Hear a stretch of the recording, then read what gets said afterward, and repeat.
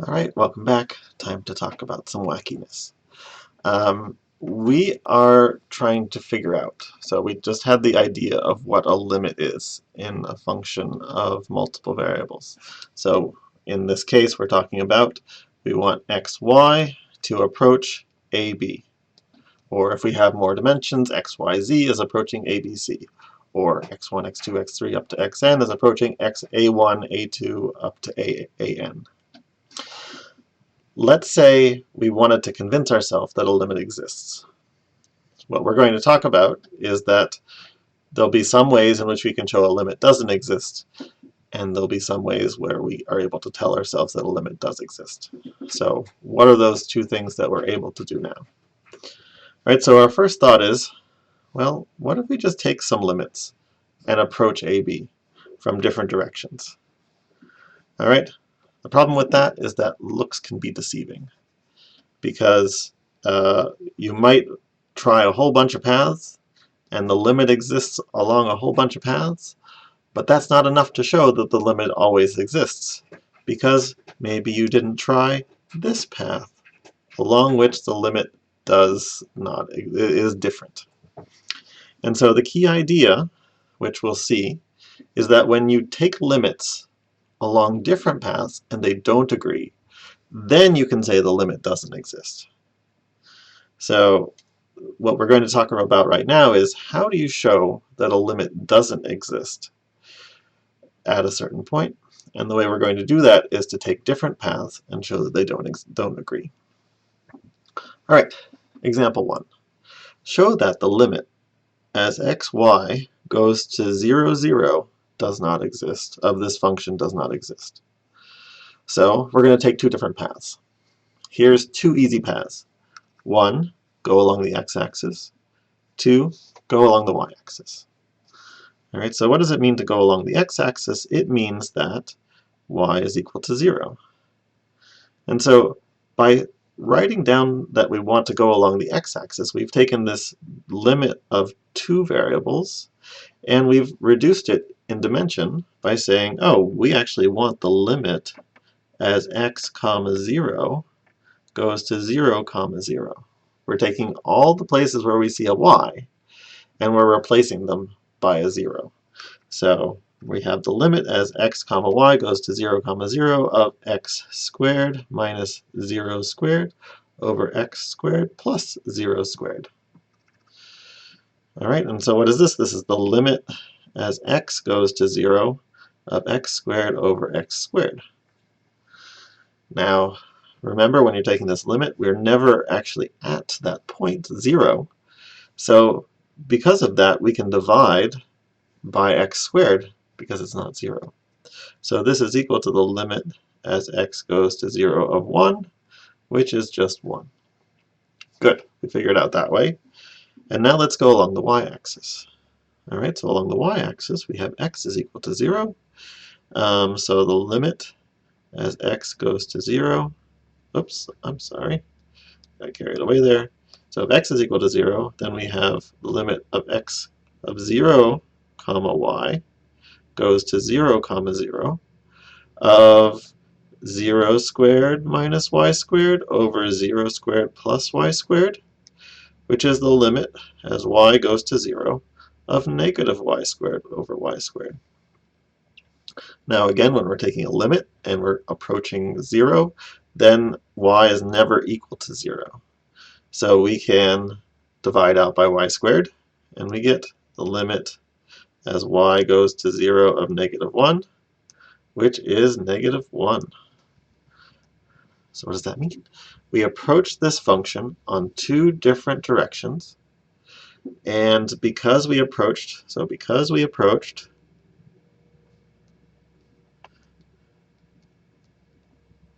0, 0 along two different directions,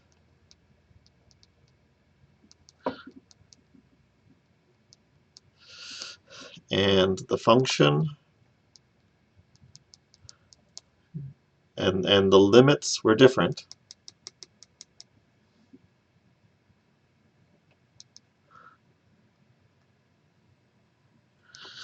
then the the whole limit, then so the two-dimensional limit does not exist.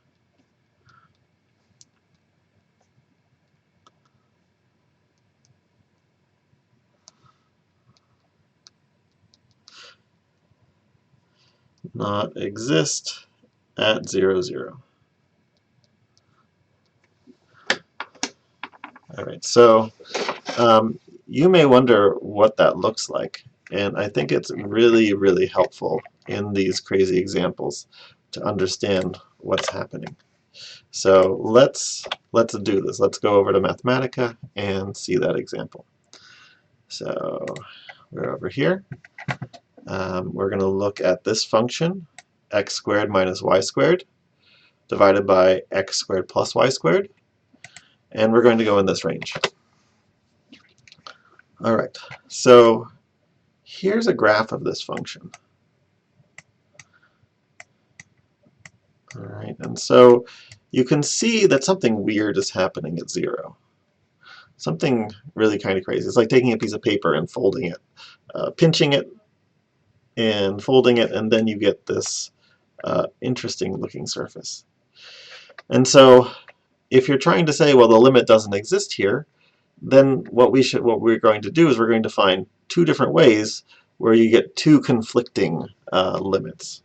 So let's now take this graph and plot the line that goes along the surface of x squared minus y squared over x squared plus y squared along the x-axis. So we're going to, right, this is the z coordinate, this is the x and the y coordinate, and so now we have a vector function.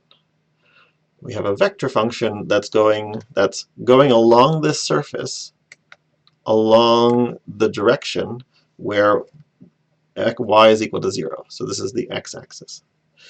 And similarly, we can do the same thing. We take this vector function where we've now set x to be equal to 0, and we let our parameter be in the y direction. So when we do this, what do we get? We see that we have now two different curves. There are two lines. The blue line down there looks pretty smooth, and it's staying down there at z equals -1. And this y curve also looks really nice and smooth, and it's, as you walk along this curve, you always stay at z is equal to +1. And so both of those curves go through 0, 0, comma -1, or 0, 0, comma +1. And so that's really just showing us that there's no logical value for what f of xy should be at 0, 0. And that's why the limit doesn't exist. All right, let's do a couple of other examples. So let's head back over here. Let's look at the function xy goes to 0, 0 of xy over x squared plus y squared. Okay, so in that previous example, we saw if we go along the x-axis and we go along the y-axis, we got different values. Okay, let's just use that. That's going to fix everything. Well, let's look at this example. If we go along the x-axis, right, that's saying the limit. I'm going to go back to black since that's a little bit easier to read. If we talk about the limit, so we're on the x-axis, so y is equal to 0. So limit as xy goes to x0 goes to 0, 0 of x times 0 over x squared plus 0 squared. So that's the limit as x goes to 0 of 0 over x squared. Well, 0 over x squared is 0, so we get 0. And along the y-axis, the limit as 0y goes to 0, 0 of 0 times y over 0 squared plus y squared. Well, that's the limit as y goes to 0. of 0 over y squared, which is 0 as well. The limits match. So we must be good. But wait, there's more. If we go along the line y equals x, well, along the line y equals x, what happens there? So along the lines y equals x, then what we have is we have that we replace, so let's replace y by x. And what do we get? We get the limit as x comma x goes to 0 comma 0 of x times x over x squared plus x squared. Wait a minute, this is, so now the limit as x goes to 0 of x squared over 2x squared. Uh-oh, this is equal to the limit as x goes to 0 of 1/2, which is 1/2. Uh-oh. So we went along the x-axis, we went along the y-axis, and we got 0 in both of those cases. But if we went along a different line, we got 1/2. Ah, okay. So we can't just go along the x-axis. We can't just go along the y-axis. We have to go along a different line. So let's plot x times y divided by x squared plus y squared. So same way we did this before, use plot 3D to do that. And you see that we basically, this function looks very similar to the one we had before.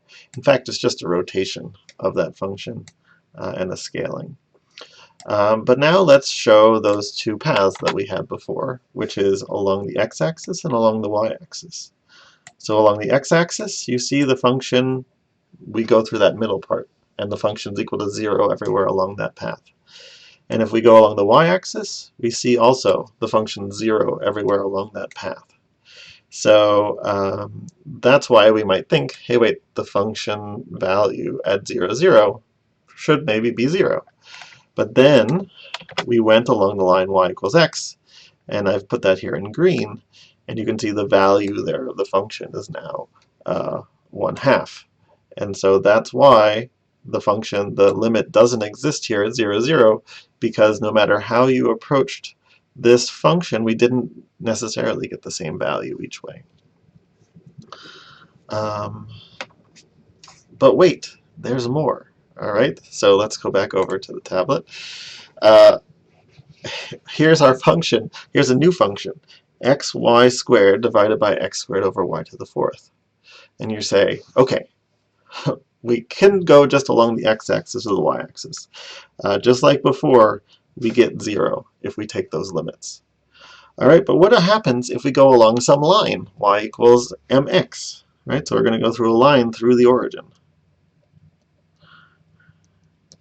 All right, so we had the limit with 0 along the x-axis, along the y-axis. What about the line y equals mx? So if we plug this in, x comma mx, so we get x mx squared over x squared plus mx to the 4th. So limit as x goes to 0. What do we get? Limit as x goes to 0. We have an m squared x cubed in the numerator. We have an x squared plus m to the 4th x to the 4th. If you remember your rules from back in single variable calculus, we have this x cubed in the numerator, and we have an x to the 4th in the denominator. So this limit is also equal to 0. So no matter what line we go through the origin, the limit is equal to 0. That one directional, that derivative that's only one variable is 0.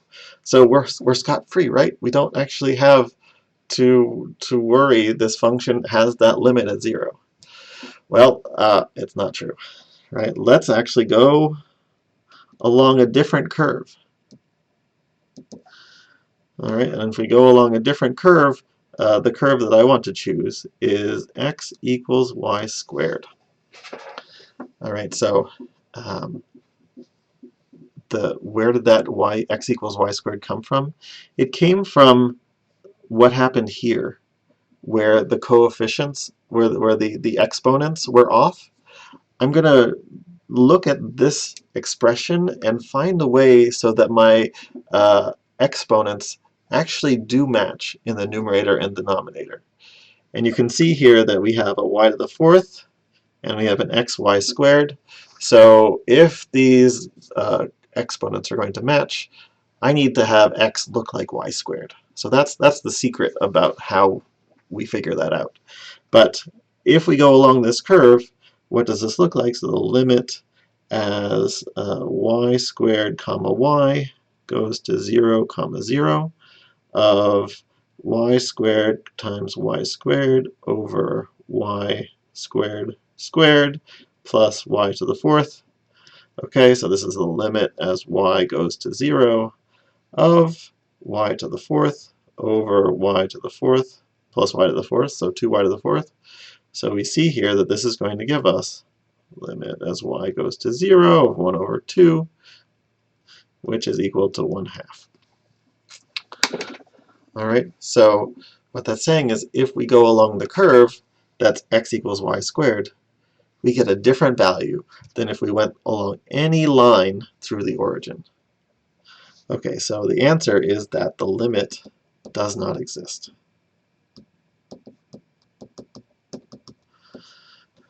At 0, 0. So this is a little disheartening, right? This is a little disheartening. It's saying you can't just try every line through the origin. You can't just try every line through your point. And we could make even crazier examples where you can't do every parabola, you can't try every cubic. But one thing I would say is that these are rather pathological examples. So if we look at what this example looks like, here this function, you can see it has this similar type of like paper folding type of look to it. And you can see that it really does have a parabola type of thing built into it. And so if we take our functions along the x and y axes, you can see those are always 0. If we take a curve that goes along y equals x, you can see that this curve also goes through 0, 0. If we take some other line through the origin, here I chose y is equal to 2x. It also goes through 0, 0, and you can see that it looks rather smooth, right? It goes directly through 0, 0, 0. But it's only when we bring in this parabola up here that we got something that didn't go through the origin. So these are kind of crazy examples. What they're here for is for you to get a feel for taking limits in higher dimensions is complicated. And so if we're going to try to show that a limit exists, then we need to be careful. And the way we'll do that is we'll appeal to continuity, which is what the next video is about. Even though the limit didn't exist here at 0, 0, I'm just going to say the limit exists everywhere else. If we wanted the limit as x, y goes to 142, that limit is going to exist.